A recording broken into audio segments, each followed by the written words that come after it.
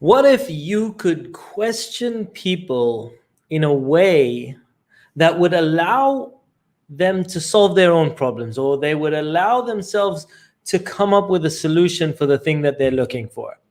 What's up, everyone? I want to welcome you to another episode of Unconscious Communication Secrets. You are tuned in with myself, Munir, and today we are going to be talking about the NLP Meta Model. We're talking about something called deletions. Now, we all delete information, but I want to give you a quick analogy, okay? So I want you to imagine for a moment that you ask someone for directions, okay? So you say to someone, hey, listen, how can I get somewhere? And what they do is they draw you a little map, okay? They draw you the map that you can see over here in front of you. And you look at the map, but you need to get more information. So you have to ask them a few questions. So you just sort of say, okay, how long approximately would it take? Because that information is missing from the map. Now, the map in their mind is a good representation, but there are things that are missing. They have a little skull over there. So you're sort of, okay, how is this dangerous? How specifically is it dangerous? What should I do in order to miss this? Do I need to, you've drawn a few mountains over there. How big are they? Can I cross them normally? Basically, you can't just utilize that map on its own. You need to get more information in order for you to use this effectively, to use that map effectively. And that's the same with communication. When people naturally communicate, they give you a little bit of information. However, sometimes in order for it to be effective, we need to uncover a little bit more. We need to understand a little bit more.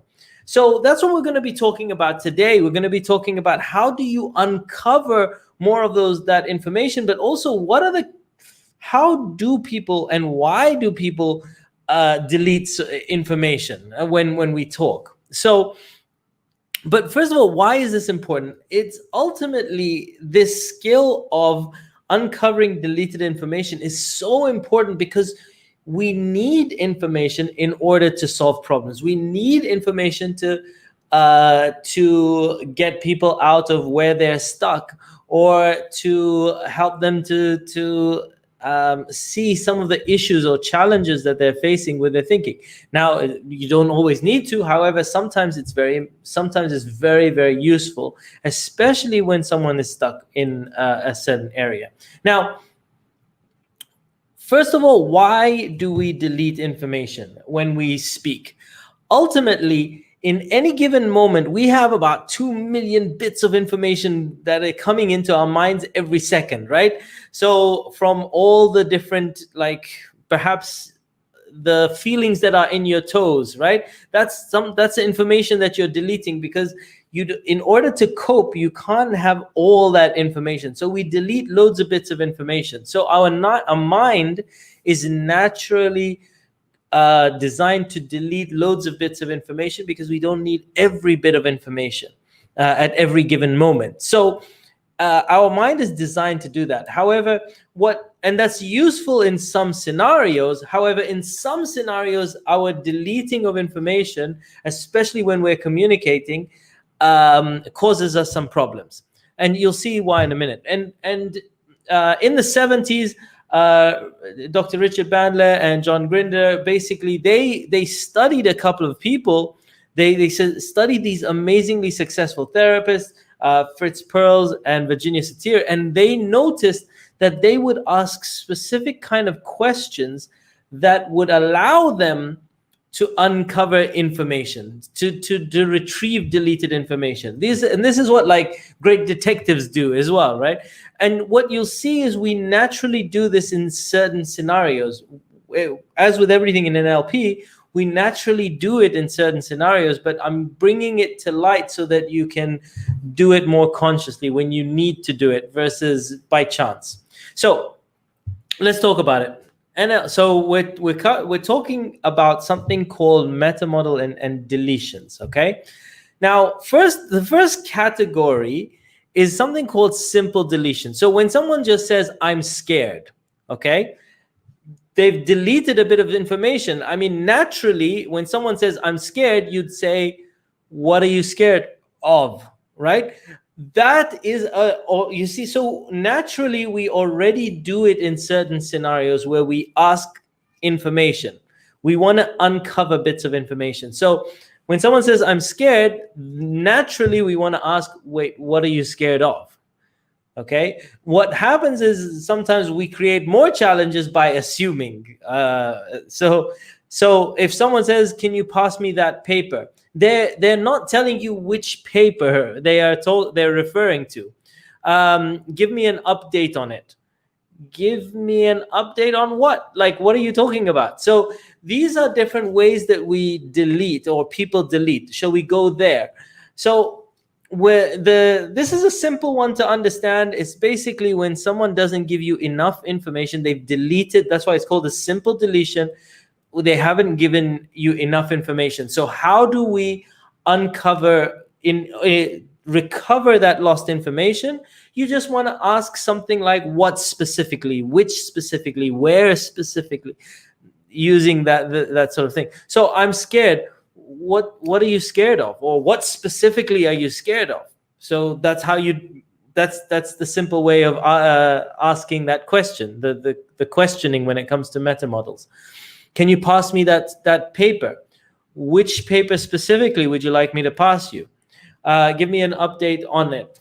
What specifically would you like an update on? Shall we go there? Where specifically would you like to go? Now, okay, you don't have to use the word specifically every time. However, you get the point. Like sometimes it's good to sort of say, which one specifically are you talking about? Just so that we can hone it down and get exactly what they're talking about. Okay. So that's the first category of deletions, simple deletions, and you just ask these simple questions in order to recover that bit of information. So that's the first category. The second category is what we call an unspecified verb. Now, when a verb is like an action, so when we don't give enough information about that, so don't make me get upset. Like, how am I making you get upset? Kind of thing. Like I don't get it. What? There's a bit of information missing over there. You never show me love. How am I not showing you love? Like and you can see I'm already asking the questions. I'm showing you how to challenge these what they call meta model violations. But stop moping around.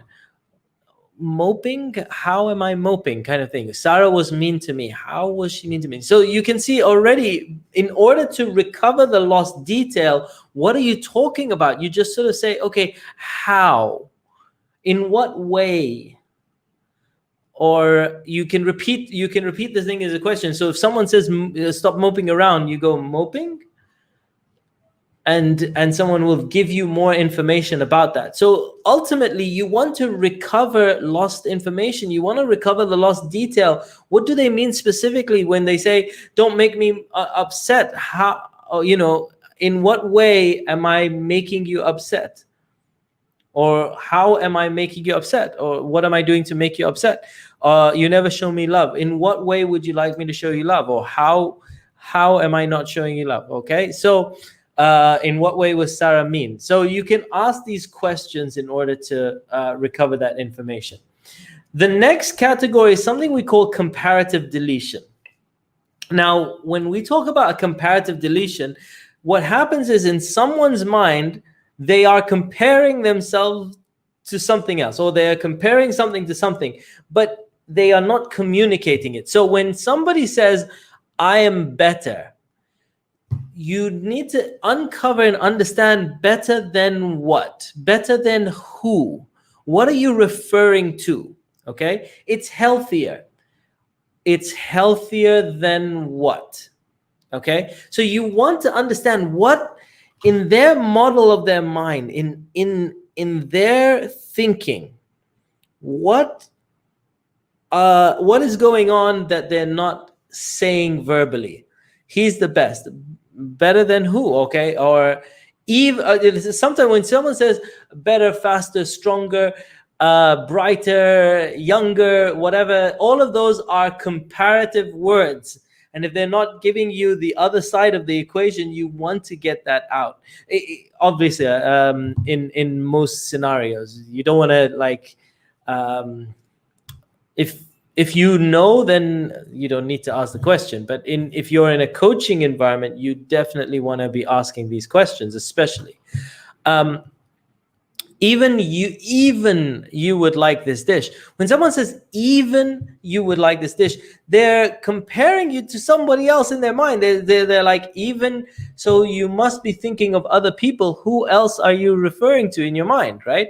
So how do you recover the lost comparison? When someone's comparing you, then what, like, you want to recover, who are you being compared to? So then you ask, then who? So I'm better. I'm better than who then who specifically? Or it's healthier, you ask, then what? Healthier than what? Or compared to what? He's the best. Compared to who? Compared to what? Okay, so you're basically asking for who are you comparing it to. Okay, so you're recovering this lost comparison.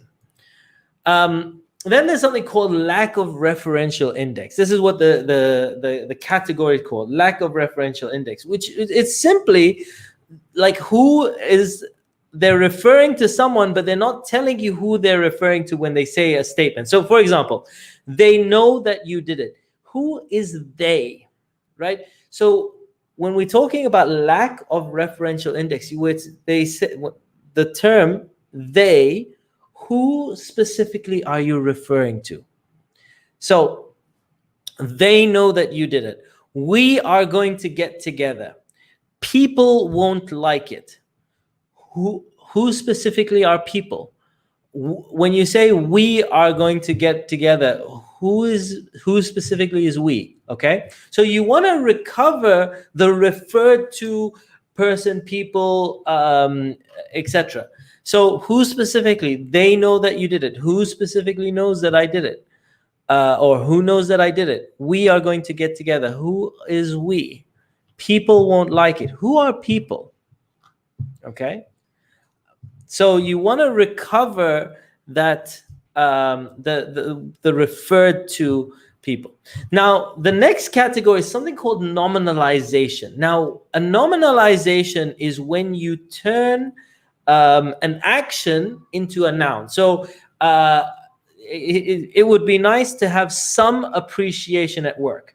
Now, can someone give you a thing called appreciation, right? So like, can someone take appreciation and put it in your hands? Or is it something that you can go and take from somewhere? No. So they've turned an action, we turn an action into a noun, into a process. So I want you to think of a wheelbarrow. Like, if you can't put appreciation, can you put appreciation into a wheelbarrow? No. And so if someone is using it like, I want to get some appreciation, no one can put it into a wheelbarrow. So you want to turn it back into an action. I can't make a decision. Can anybody make a decision, like put something together? No, it's an action.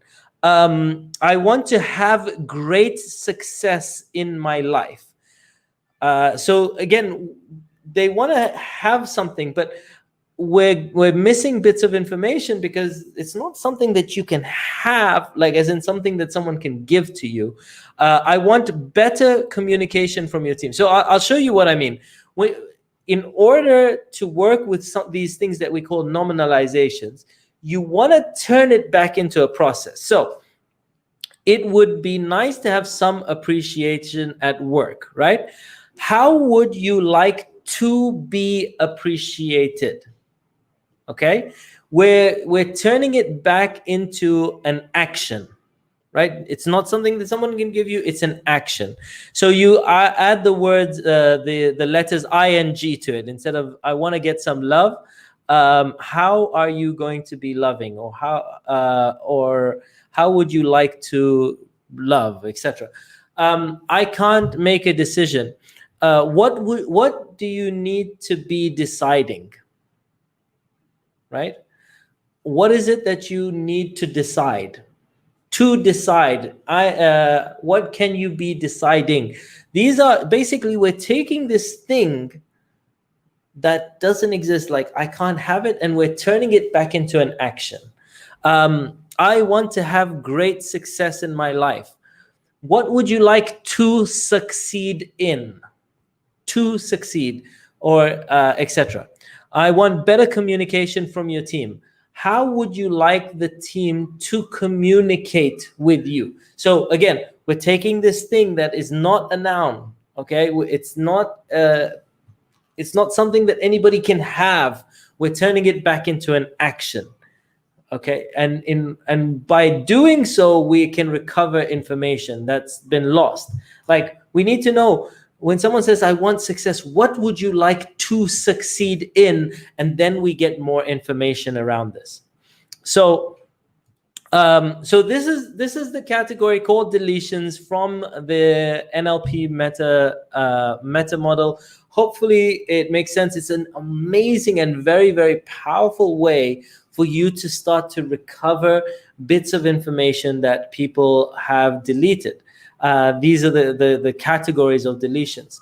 Now, there's also distortions and generalizations, which I'll cover in another video. Also, be sure to check out uaenlp.com if you want to learn more about NLP, if you have not already. So I want to thank you very much for tuning into this video. Hope you enjoyed it, and I will catch you on another video very soon. Peace out, one love, and I will see you on another video real soon. Bye for now.